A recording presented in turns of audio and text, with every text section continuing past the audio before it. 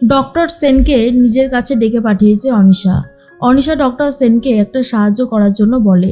Doctor Sen তখন বলে, madam আপনিও আমাকে অনেক সাহায্য করেছেন, এবার বলুন আমি আপনার জন্য কি করতে পারি। তখনই দুর্জয়ের কিছু রিপোর্ট দেখাতে থাকে। ডক্টর তখন বলে, এগুলো তো ওনার কোলেস্টেরল রিপোর্ট, রক্তের রিপোর্ট, এগুলোতে কি হবে ম্যাডাম? অনিশা বলে, কি করতে হবে আমি আপনাকে বলে দিচ্ছি, আর হাতে একটা জিনিসও ধরিয়ে দেয়। ডক্টর সেন বলে, এটা কিন্তু খুব রিস্কি একটা কাজ, আমার কিন্তু খুবই ভয় লাগছে।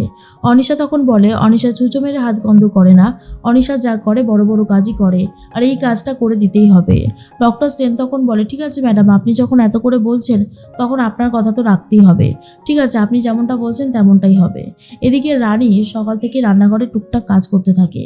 তার মধ্যেই দুর্জয় চলে এসেছে। দুর্জয় এসে হিঙের কচুরি খেতে গেলে রানী হাত ধরে আটকে দেয়। দুর্জয় তখন বলে, কি ব্যাপার, আটকে দিলে কেন তুমি?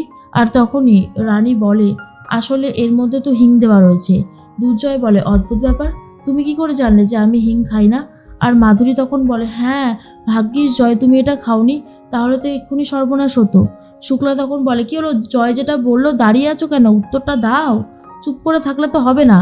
তখনই রিতম এসে ম্যানেজ করে দেয় পুরো ব্যাপারটা, আর বলে, কাকিমণি আমি ওকে বলেছিলাম যে ভাই দুনি বা বাড়ির কার কি খেলে শরীর খারাপ হতে পারে, সেই সময়ের মতন ম্যানেজ করে নেয় রিতম।